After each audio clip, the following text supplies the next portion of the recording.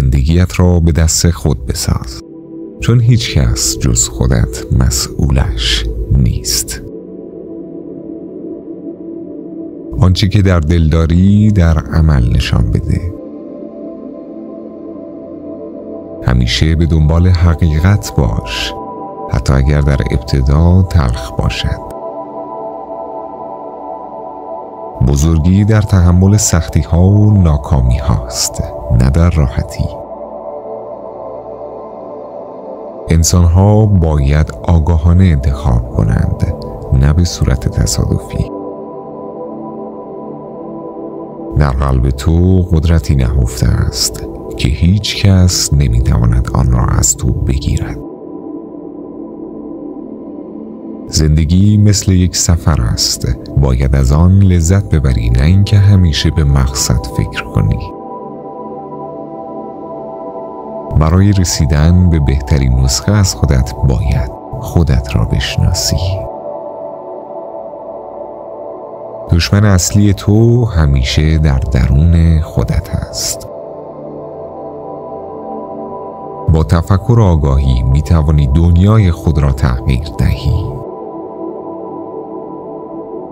رنجها خود را از خود بیخبر نمی سازد، بلکه تو را به حقیقت نزدیکتر می کند.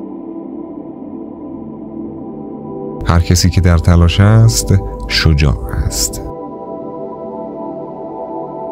تو همواره بر اساس افکار خود زندگی می کنی.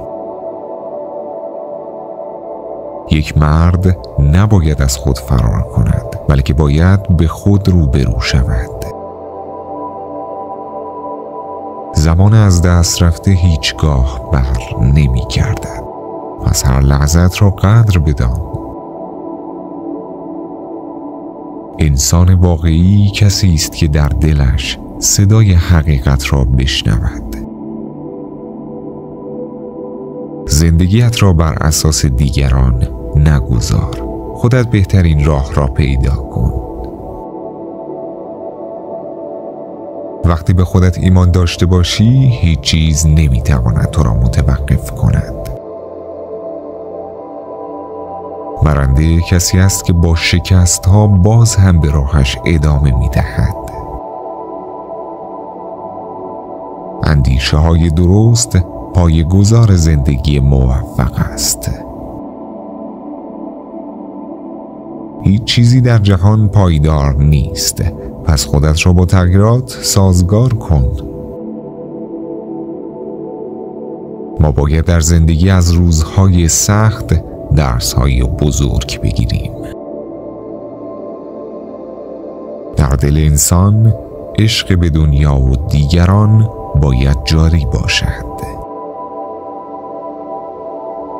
در هر لحظه یک انتخاب بزرگ در دست ماست. برای رهایی از محدودیت‌ها باید از ترس‌ها عبور کرد. در هر مرحله از زندگی باید به خود بگویی من توانا هستم. از زشتی‌های دنیا نترس، بلکه از اینکه خودت زشت بشوی بترس. وقتی در دل تو محبت باشد، هیچ چیز نمیتواند تو را شکست بدهد. بزرگی نه در اعمال بزرگ، بلکه در نیت‌های خالص است.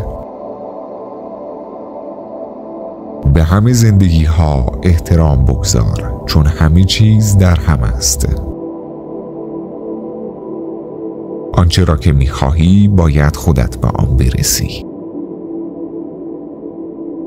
هیچ چیز در دنیا بی دلیل نیست، پس از هر رخدادی درسی بگیر. از خودت نترس، بلکه از اینکه به کسی تبدیل شوی که نیستی بترس. اگر می‌خواهی راهی را پیدا کنی، باید از اشتباهات خود بترسی. در دل انسان باید اطمینان و آرامش باشد. با دست خودت همیشه درست ترین انتخاب ها را بسازه. دنیا میدان آزمایش است. هیچ چیزی دائمی نیست. در هر شکست فرصتی برای رشد نهفته است. همه انسان ها در جستجوی معنای زندگی هستند. پس جستجوگر باش. هر زمان که به خودت شک کردی به آنچه که توانسته ای نگاه کن. حقیقت همیشه روشن است، اما باید به آن توجه کنی.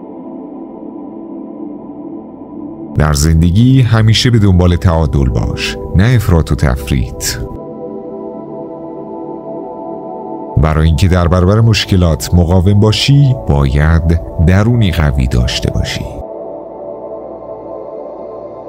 انسان‌ها باید از درون خود آگاه شوند تا در دنیای بیرون تغییر ایجاد کنند.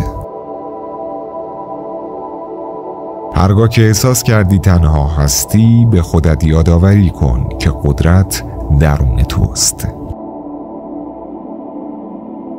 هیچگاه فراموش نکن که همه ما به نوعی با یکدیگر پیوند داریم.